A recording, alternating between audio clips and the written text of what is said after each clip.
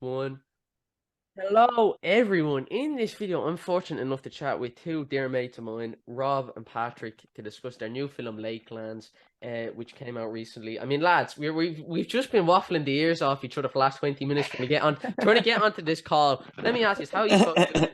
All good, man. We're just Taking coming out the that. far end of the. It's a really beautiful day. Normally, when I'm chatting with lads from Los Angeles, I'm always like, oh, the weather here is just fine and it's always sunny and there's pine trees in LA. But at least here we can all experience the miserable Irish weather together. You know what I'm saying? There's no better place for it.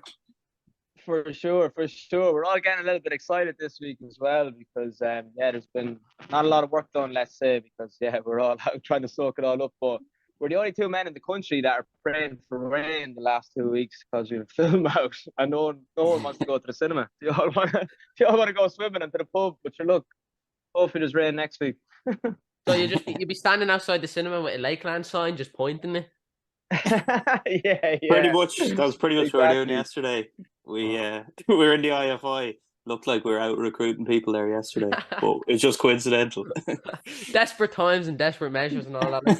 Like, put the balaclava on, a bit of brute force, whatever gets them sitting down, and then they'll thank you afterwards. That's it, man. Any means necessary. And any means necessary, brother. That's the way to do it. But no, talk to me about this relationship and how you guys started directing films together. Because I know you've done shorts before. I mean, what's the story? Were you both just doing the guy one day and you were sick of getting yelled at, so you were like, I'm just gonna pick up a camera. You know what I'm saying? You're not far off the truth with that one. Actually, we we pretty much played football. That's how we kind of got to know each other. Growing up the whole kind of way, it'd pop up when you were in the pub or that. A lot of our stuff is kind of based off our where we come from, our hometown, and the characters we met. So you'd be in the pub and there'd be a feeling that there's something in the characters we were talking about, the stories we were retelling, and we are always kind of like, God, there'd be something in this if we actually got it together and like started making films about this kind of this world. It felt a little bit like it had been undocumented to us. So yeah, it was kind of a gradual process from that to where we are now. We kind of started off learning the nuts and bolts ourselves in literally in the fields around where we're from. We probably looked a bit mental there for a while, running around in the fields with all these old timey clothes on and stuff, just figuring it out. Like stuff with most of it has never seen the light of day, but some of the best times you'll ever get. Just your early days figuring out how all this works. I'm just doing it for nothing but joy, really. At that point, Yeah. and then we kind of gradually got it from. We started realizing what we couldn't do from there. Like we were like, right, we can never be in front of the camera ever again. We cannot act. Like we had to just accept that fairly early on, make peace with it, and move forth. And you know, but we love the writing and directing side and the producing, and just pulling it all together. That was all a big appeal to us. So we kind of honed in on that and kind of gradually took it from there. Started making short films, and Yeah. every one we kind of just tried to make it a little bit bigger and a little bit more accomplished and reach for that next level each time. And then finally, then kind of took the plunge last year. Man, if anyone understands a face made for radio, I mean, you're talking to him, lads. I mean, I think we're all made for being behind the camera. I mean, yeah, you talk about that early work and just experimenting. I mean, how Mm. detrimental was that for you guys now as filmmakers when you're making a feature? Was it important for you to just be out there with a camera and just making things that weren't necessarily great? Was that important for you guys to just be out there with that camera? Yeah, for sure. Like I think that was like as Rob described there, like if you look from the outside in, it was just a couple of friends acting a maggot in the bog with a camera wearing their dad's clothes. But like for us, there was like just this very, you know, initial moment of just a burst of enthusiasm and passion for the craft and excitement. And it's funny, like you look back and it was just another day, but to everyone else, but for us, we were like, this is I don't know. You get a feeling that you've you found the thread and you're on the right path all of a sudden. And it still sounds mad to everyone else around you. Everyone thinks you're a bit cracked if you say you want to go make a short film or you want to go make a feature film. But for us, we felt that we had something to say through it, and we just fell in love with it. And we just loved the idea of working with your mates to make a story that kind of depicts the world around you as you see it, and that's something we've been kind of chasing ever since. Even from those very, very, very early short, minute long short films that never seen the light of day, like we've been kind of chasing that feeling ever since, and we've been very lucky to work with like some incredible collaborators, super talented cast and crew, and that's probably the main thing we've learned throughout those different steps and different short films, is that you're only as good as the collaborators around you. And Yeah. we've tried to stack our crews and cast with really talented people that are just fun to be around and are fun to learn from and are fun to work with. And when you all come together on a project you're all like passionate about, and interesting things can happen. And yeah, we're just very grateful for the chance to work with people we work with. I mean, oh man, and like the work you guys have done in the space of time, it's amazing to see. And like to see a film, I was talking with Mo Dunford, who I'm sure you know in Irish cinema, he's a legend, and Yeah. he's the nicest fella ever. I mean, I talked to him for like 2 hours, and then we were talking about Irish cinema, and we were both he mentioned how, and I agree with him on this. There needs to be more depictions of rural Ireland in cinema. That's not something we see so much. It's if you're seeing an Irish film, it's probably set in Dublin, and there's not much rural Ireland depictions. I mean, Lakelands, from what I've seen, is very much that. I mean, talk to me about that and wanting to make a film in rural Ireland. Was this shot in Longford, or where did you guys film this? Yeah, it was all shot in our hometown. Like it couldn't be closer to the locations. I think it was inspired by, it's literally the pub we used to drink in, the football club we played in. Paddy's dad's farm is the farm on it, so we kept it like very close to what, where the inspiration, where the well was coming from. But like, yeah, it was always a big motivation for us to kind of depict that part of the world. Yeah, like we were really probably didn't see it that much, growing up. It was kind of only very sparingly, or the versions of rural Ireland you can see can be, they can be great films, but they might not necessarily depict it the way we would have seen it, and it Darby might be very O'Gill and the Little heightened. People. Darby O'Gill. That's they can be quite heightened at times. But like like we were just talking yesterday actually that like we saw a TV show. It would have been long before your time, but it was called Pure Mule at the time, and we would only been your age or younger when we seen it, but it was kind of interesting to see a Midlands show that was contemporary at the time, and it was like didn't talk down to the people from the Midlands, and it was it was very true and it was accurate to us, and that was probably something that was in the back of our head then, that like we hadn't seen a huge amount of it in the 15 years or so that followed, and we were kind of keen to to represent kind of the Midlands, and we felt there was probably stories there. It's got its own rhythms and ways of talking and culture and colloquialisms and all that, like, and that hadn't really been depicted. So for us, it was just a great opportunity, and it was a great buzz to bring to our town as well. Like, get everyone involved and get them out, and try and just tell a little story from kind of where we lived. So that was always very much front of mind. Amazing, and I mean that was fantastic. And look, there was no Little People in it, so we're one up on Darby O'Gill. You know what I'm saying? So I mean, we have something going. I mean, but no, and we also depict GAA in this, and I mean we were talking about this off air. We pushed this interview about an hour back because I had GAA training, and normally when I'm talking to directors from the States, I can never be like, I have GAA on, because no one, and it's not a worldwide sport. Yeah. So these two lads made a film about GAA, so they know how important it is for me to go to training and not get screamed at. So they kind of had to let me go, which We've been there. but I'd love to ask. I mean, I know you both had GAA experience. Paddy, maybe we'll start with you. Where does GAA come from for you? Did you play when you were younger? I mean, what's the experience like? Yeah, we, like myself and Rob both grew up playing it, from like under 10s right the way up to senior.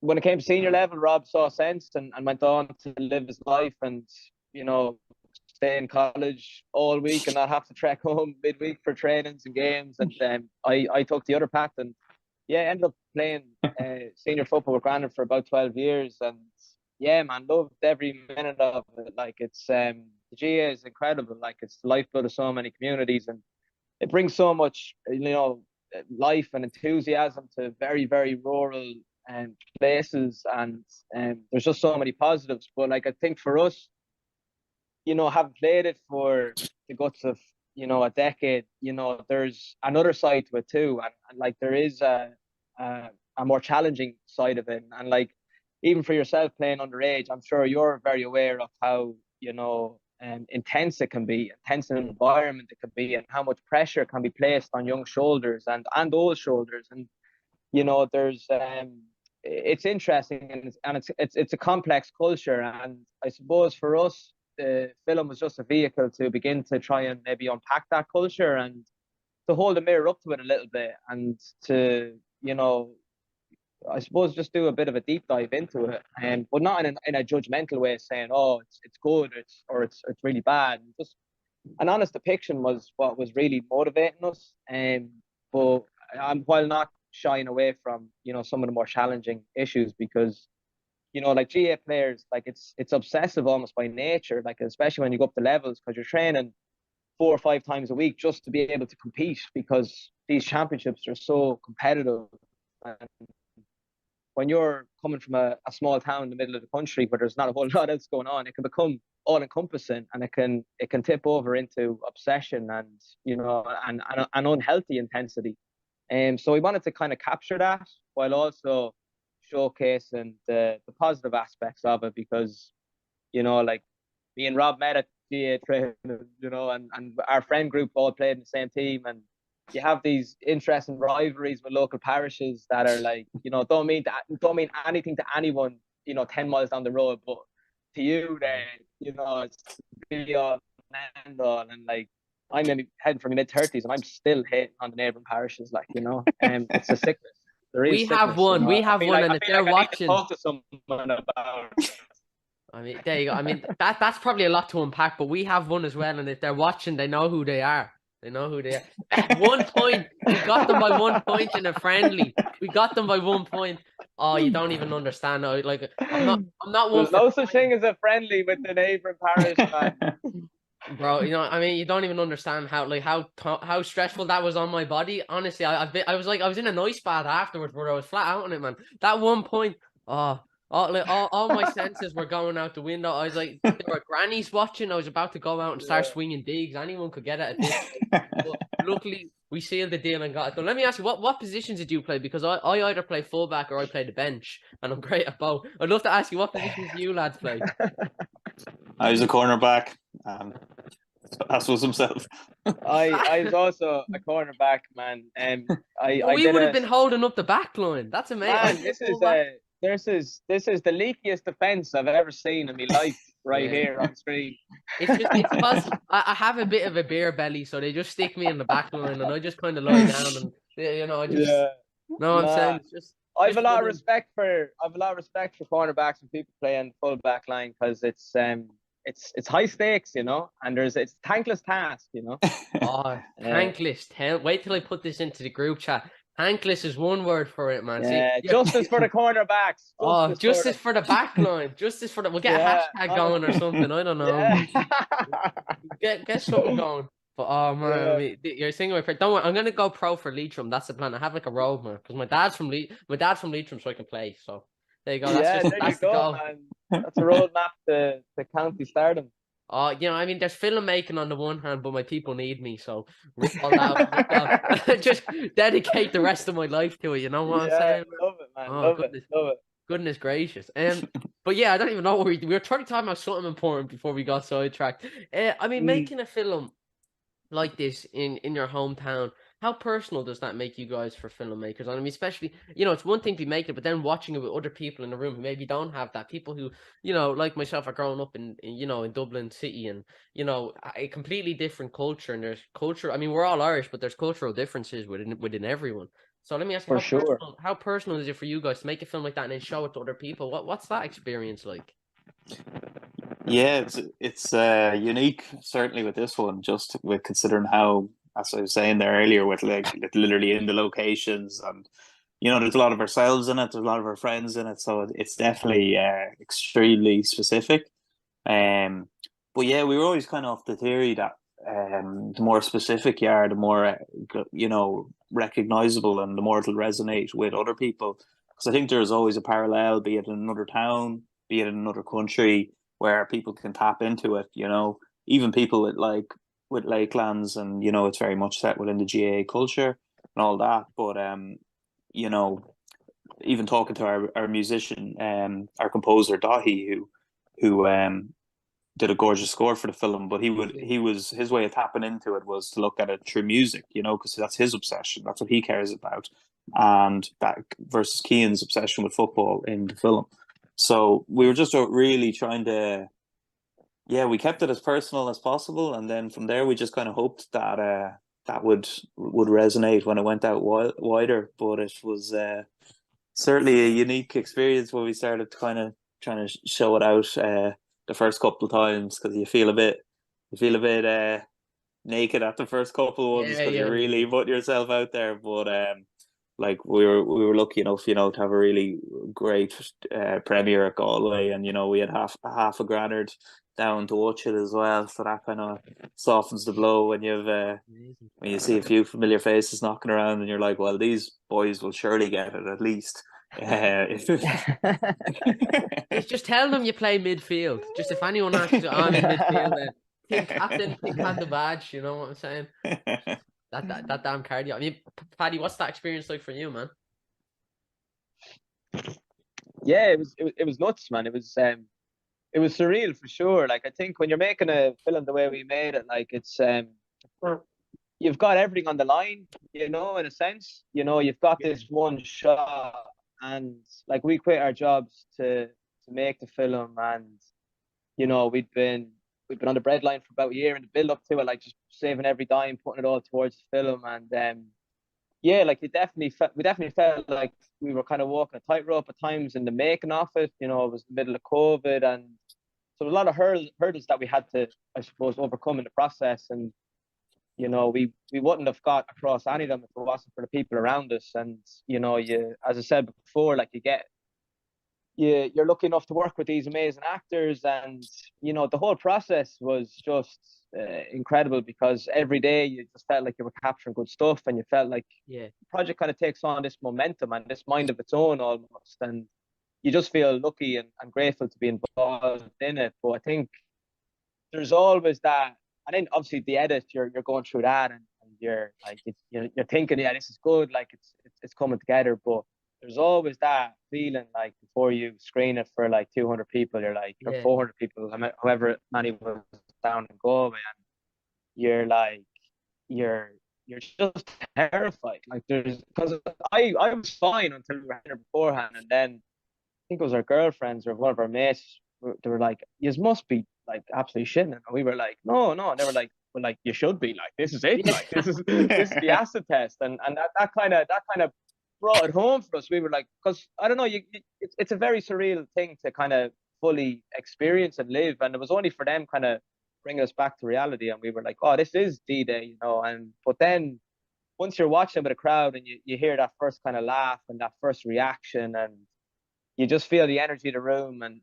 we were like, oh, look, and there was half a granard there as well, which kind of definitely softened the blow, and people were kind of relating to it. And just the outpouring of support afterwards was amazing. And then ever since, it's just been just hearing just random people's feedback about a specific scene that connected with them. That's like, every time that happens, we're just pinching ourselves, because it's so specific and to the world we know, and for it to resonate with people who aren't from Longford and aren't from a small town or aren't even from Ireland. It's amazing, we're just very grateful. But it was surreal the first time we screened it, and it's still a bit of a strange feeling for sure. I mean, like, man, yourself. I mean, premiering a huge film is one thing, but it's like, I mean, it's the same as just, playing for an under-16s cup. Like, I assume the pressure level is the same. You know what I'm saying? It's like, this is life or death right now if we don't win this cup. And then and then everyone else on the team gets to bring it back to their home for a week, except for the fullback. Which, what does that say? But, I don't even remember, and I don't take that personally at all. But, you know what I'm saying? If I wasn't on that bench giving moral support, we would not have won that cup.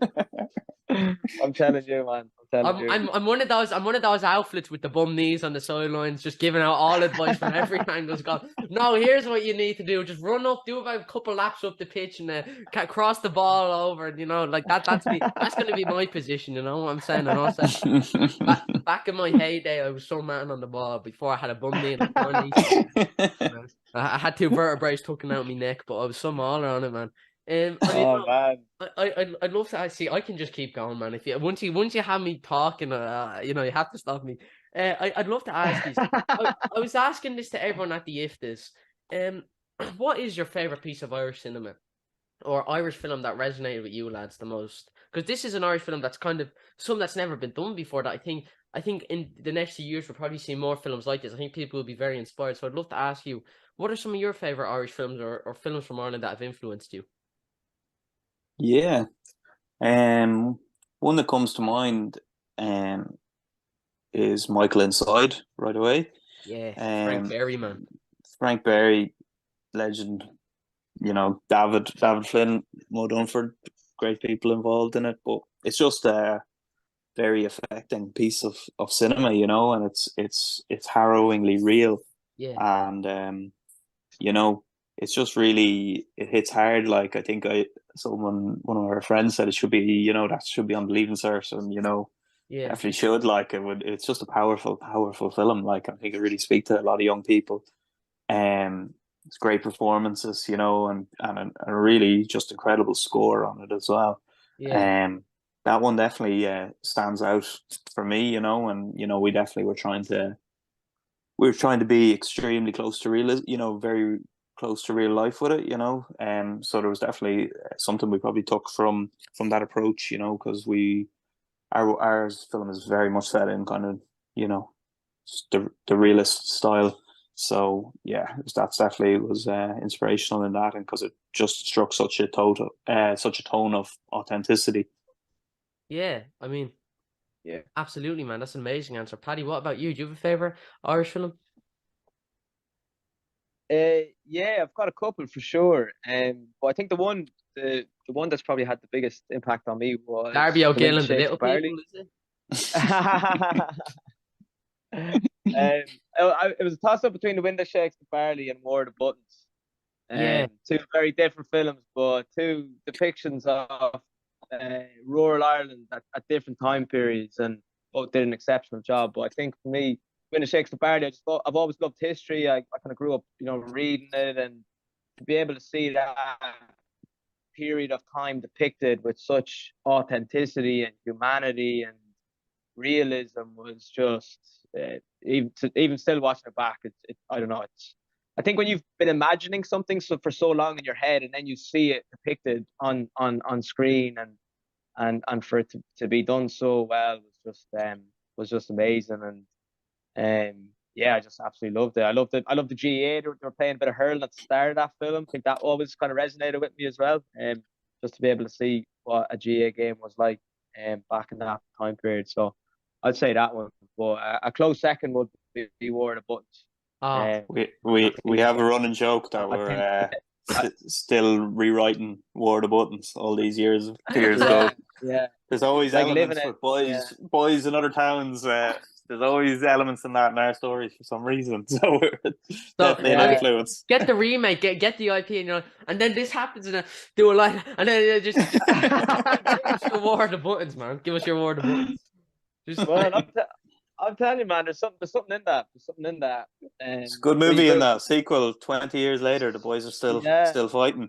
the boys are Yeah. back, and now they're all 50 and all have bum knees and torn ACLs, and they're on the sidelines yelling at GAA players. I mean, there you go. We'll get going. I'm projecting a little bit, but we'll carry on. It's all good, man. It's a safe space. A tear just falls down my cheek. What would you even do if I started crying? Let it out, man. Let it out. Let it out. It's not my fault. I'm trying my best. You know, and it's like, what's it? You know, I mean, I'm obviously it's GAA football. I can't play hurling, right? And it sounds weird. My head's too big for the helmets. I've never found a helmet that actually fits. It sounds crazy, right? But I swear to you, every time I wear a helmet, it digs into my temples, and I feel like I'm like losing blood. Like I'm always falling over, man. So, you know, that's a sign. I'll stick to the football. I'll stick with. Give me an O'Neill's ball. You know. If you go around with a herd around Longford, people think you're going to rob someone. They don't exist. In Dublin, we never rob anyone, so I wouldn't know anything about that. Dublin's a very we don't get up to anything like that. We're peace, love, and all granola and all that business down here. Yeah, I mean, there you go, lads. I mean, we were talking about something important again, but no, I mean, Irish cinema, and to see how that's changed and progressed. Let me ask you, what's next for you, lads? What type of film would you like to tackle? Is rural Ireland something you want to explore more? Is City Bait War of the Buttons Part 2? I don't know. Wouldn't put that off the table yet. That War of the Buttons sequel, but we're definitely keen on exploring rural Ireland further. I suppose it's just kind of hoping to, work with bigger canvases, work with a little bit more budget, and but we think there's a huge amount of stories there that haven't been told, and just a really rich, fertile ground there to be dug. So we're definitely looking to go further in that direction. We've one screenplay in development with Screen Ireland at the moment. That's very much set there, and we've another one kind of that we're kind of cooking up as well. And once again, it's kind of in rural Ireland. We definitely have ambitions as well to do stuff outside of that, but I think just we feel we're working within some interesting material there, and we're definitely just keen to explore it a little bit more. And we've only kind of scratched the surface a little bit with Lakelands, so like to go down another couple of times before we get out of there, if possible, if we're lucky enough to get them funded. DJ Carey autobiography coming soon. That's what I'm thinking. That's all. I mean, I just blanked out. You were talking, and I just blanked out, and I was picturing the poster in my head. No, I'll send my 800-page treatment onto your desk, and we'll get that going. I'll send the script, and you just give me like €1 million, and that's basically how it goes. I'd slap your name on the producer's credit. I don't know. I'd watch it. That's all I know. I'd watch it. Yeah, you're damn right you'd watch it, because I'm putting €1 million into it. You're damn right you would. Everyone's watching it, man. I think we'll probably get philosophical with it. Ask real important questions, but that's my plan. And if he doesn't let me, I'll just rename it. I'll come up with some other name. I know all the loopholes. I know all the tricks. I mean, no, man. But I mean, I love what you are doing, especially in depicting cinema, and in depicting rural Ireland. Because like we were talking about, that's not something that's done a lot. And I mean, this year, I mean, for Irish film has kind of been unreal. Talk to me about what's that been like for you lads to see that? I mean, because you were at the IFTAs recently. I mean, you stuck me on the red carpet. I was out there with my microphone. I was looking. Daniel, we walked by and we were like, does anyone want to speak to us? No, and you blanked us, man. You seen us and you blanked us.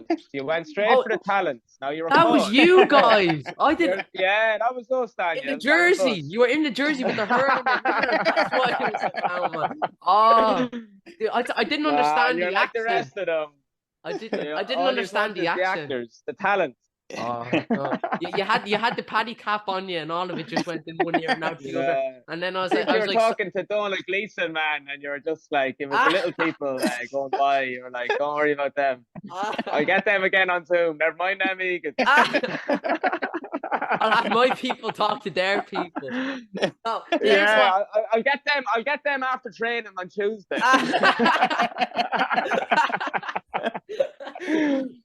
what actually happened. I was calling you our names, and you just let on like you didn't hear me, and you were like, "Who's that young fella?" Yeah, right. I snuck in. I crawled under the barrier, and I hung on to your man from RTE. I was in his suitcase, and he smuggled me in and just let me out, man. I was like, and then I got onto that red carpet. I was in my element. You know what I'm saying? Yeah, it was a cool night, though, wasn't it? It was cool to see. Man, it was good crack. It was our first time as well, so it was all new. It was an interesting experience for sure. I mean, yeah, lads, we're a long way from Longford and Leitrim there, and anyway, man, you know what I'm saying? That's it, man. That's it. We have to discuss it over pints and Carrick on Shannon. Sounds like a plan. I mean, you are paying. I'm growing out the mustache, so he won't ID. It's all good. The legal drinking age in Leitrim is 14, so you'll be gone. Yeah, you're a veteran down there. Yeah, you're one of the old boys at the bars. Oh man, I'm getting up there. That's what interviewing does to you. These bags under my eyes aren't makeup, man. They're not prosthetic. You try. I'm like that. No, mammy, I'm watching a film for an interview. Leave me alone. I'm doing research. You know what I'm saying? It's a thankless craft, like being in the fullback line. You know, I think That's it, man. That was good training for you, though. yeah, I think maybe I don't just get enough attention. Oh, pushing my way through all the other journalists was bleeding, going 50-50 with some bleeding young one from some news organization somewhere, man. That was good it was a training. bit of a mosh pit, right?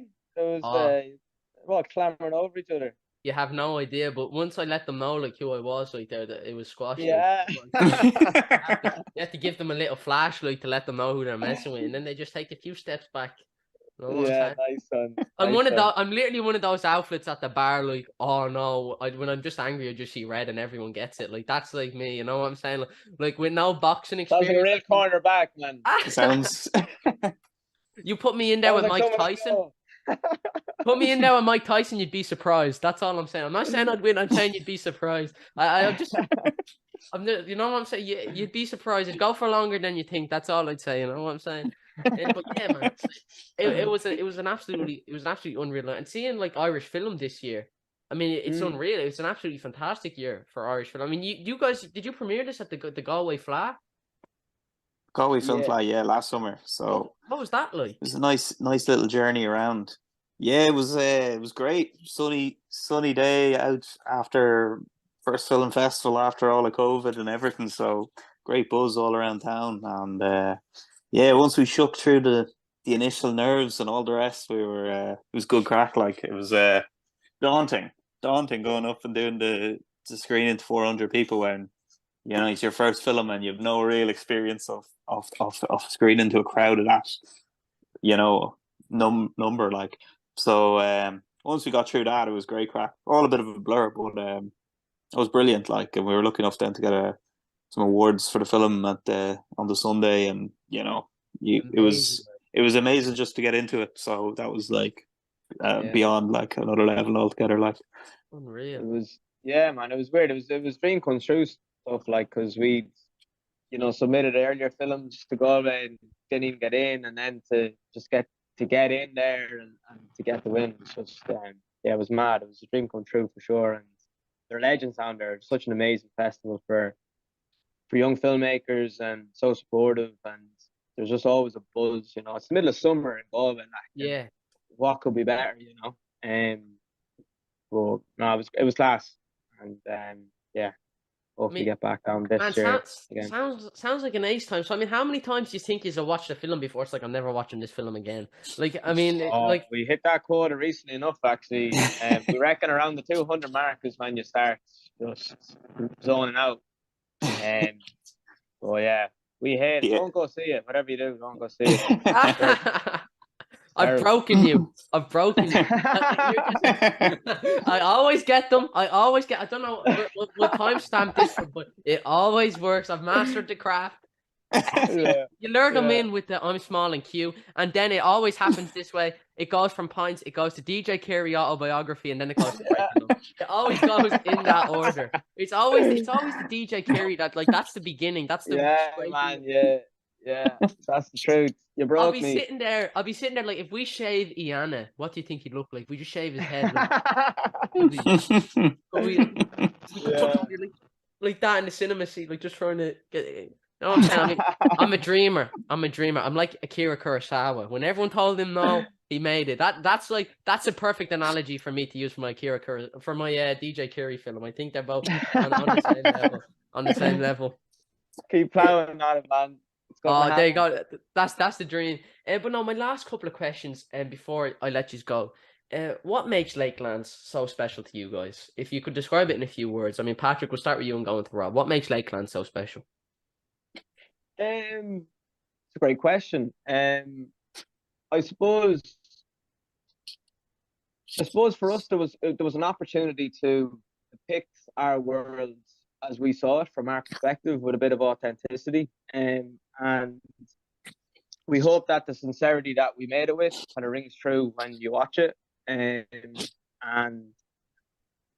we were just very grateful for the people we worked with, and to have the opportunity to build out such a class cast, and to watch them bring it to life was amazing, and whatever authenticity and sincerity people see, it's down to the people around us and our collaborators. So, I don't know if I answered your question. I went Yeah, down a absolutely bit of a did, man. ramble there, but yeah, I hope that made sense. Oh, I mean, absolutely, that makes sense. I mean, it's not like, I mean, we don't really ramble on this YouTube channel, as I'm sure you can tell by hearing me talk for like the last half an hour. But it's always hard hitting journalism. You know what I'm saying? Yeah.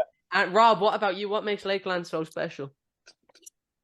Yeah, well, what I'd hope people might get from it is I've always kind of liked early films directors make, and they're relatively young and they're raw and they're unfiltered, and this was made very much, it was made on a low budget, and it was made in our hometown and stuff. So it's very unfiltered. It's just very, straight from the source, and like we just tried to keep it as honest and as pure as we possibly could, because we were keen, and we were often saying like you might, if this goes well, like or it doesn't go well, you might only get a chance to make a film like this once ever, Yeah. whichever way it goes, and so we wanted to just kind of keep it from that, like that honest place, and put as much of ourselves into it. And I think a lot of young filmmakers films, even if there's a few rough edges or whatever, if it's coming from that place, I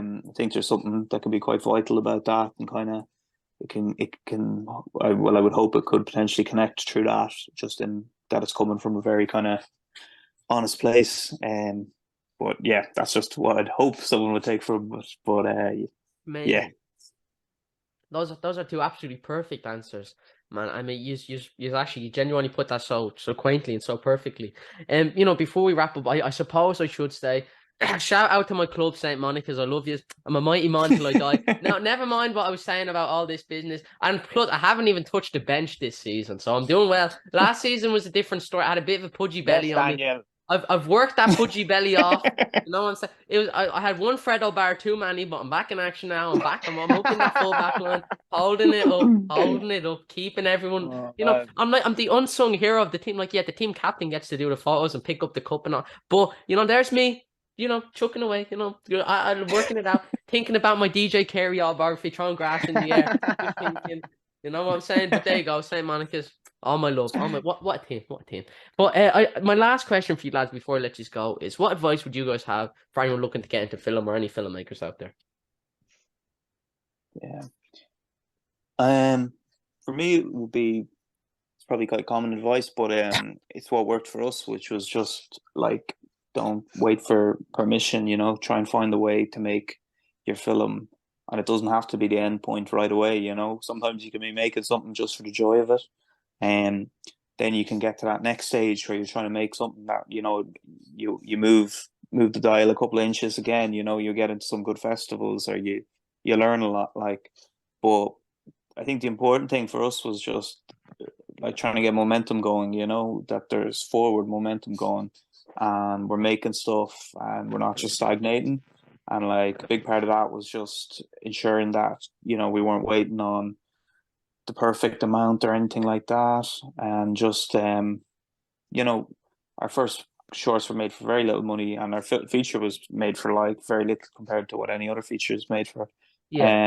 So it's just about, I think, trying to get your work out there. And if you've got something you really want to say, and you got something personal to say, that makes it a whole lot easier. And if there is rough edges on it, it's not the end of the world, because people really, it's what you really, if it's hard in it, people will connect with it, and they'll forgive those rough edges while you're learning how to correct them on the next one.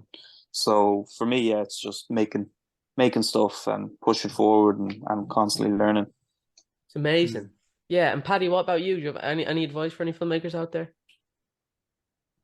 I think what Rob said there is really on the money. I think the one thing I might add is I think just embracing your naivety and embracing your inexperience, I think, was something that we definitely did kind of unknowingly at the start. Like, I think if we didn't know what we didn't know back then, like, we would have found it quite daunting to, like, even to make a short film. And like, we came from the corporate world. Like, we had no film experience whatsoever. We had no production experience. But we had a really kind of positive outlook and a positive attitude, and I think once you have that, that is like a superpower, and like that's the only kind of skill you really need, because everything else can be learned. As long as you have a deep passion for something and a deep motivation to get it done. And then the other key part of that is just to surround yourself with really good people. And my main bit of advice would be hire people that are more talented than you, that are better at filmmaking than you, and they will elevate you and they'll elevate your work. And that's when really good work gets done, is when you build a team of super talented, motivated, happy people that are happy to be there. And that's when a bit of movie magic can happen. And I think as a filmmaker, you're just trying to cultivate an environment where people can do their best work, and just facilitate other people's creative processes. And because the best part of being a filmmaker and working in film is the collaborative aspect of it. Like, we're not working in isolation. You know, obviously the script writing part of it is lonely at times, but the rest of it is just a massive collaboration. And you get the opportunity to work with some really cool, talented people. And that's a good buzz. Beats working in an office on a spreadsheet, I'll tell you that much. Wait, that's some amazing advice from two filmmakers who, you know, I deeply admire, who I think are, I mean, in terms of Irish film, I think we're going to see a lot of them in the next few years. I'd love to ask you, lads, before we let you go, are you guys on Facebook, Instagram, Twitter? Rob, we'll start with you. Are you on this? Can anyone follow you on social media? Yeah. You can follow us just at Robert Higgins and Paddy McGivney, and at our business account, Heart Media. So we're on everything. And any new projects anything people can go watch in cinemas that we should probably shout out? No. You were meant to say the DJ Carey thing. We have a DJ Carey thing going, but no. Yeah, that's fine. The new Guardians of the Galaxy is out. You should all have to go see that. Oh yeah, that was good. I was crying. I was crying at the end of it, man. I'm not even meant to. A little cheeky tear left my eye. You know what I'm saying, man? I was like, I'm not crying. It's just onion. Go check out Lakelands. Be sound. Go check out Lakelands. Guardians have made enough money. Yeah, exactly. Like, it's like Darby O'Gill and the little people are like raccoons. Like, you know what I'm saying? I mean, I've kind of sold myself on there being little leprechauns in this film, so I'm going to be really disappointed if they're not them. They're not there. If they're not there, I'll be up in Longford, and that the Carrick on Shannon points would be on. Well, they'll still be on, because I'm not saying no to 3 points, but I won't be happy about it. You know, I'll be on the chair and I'll be drinking them solemnly. No, I'll talk to you lads off air. Everyone, keep an eye out for Lakelands. Go check it out. It's like, these two lads are absolutely amazing, and it's worked on by some really great, fantastic people. I think you love it. Thank you guys so much for watching. As always, if you have the means, please make sure to donate to the National Deaf Children's Society. There'll be a link for that in the description. But yeah, thank you guys so much for watching. Go check out Lakelands. You can follow me over on Twitter if you'd like at Sambo Gizmo1 or Daniel Feet 33. But I'll talk to you lads a little bit off air. Thank you both so much for taking the time to chat with me. Thanks for having us. So much.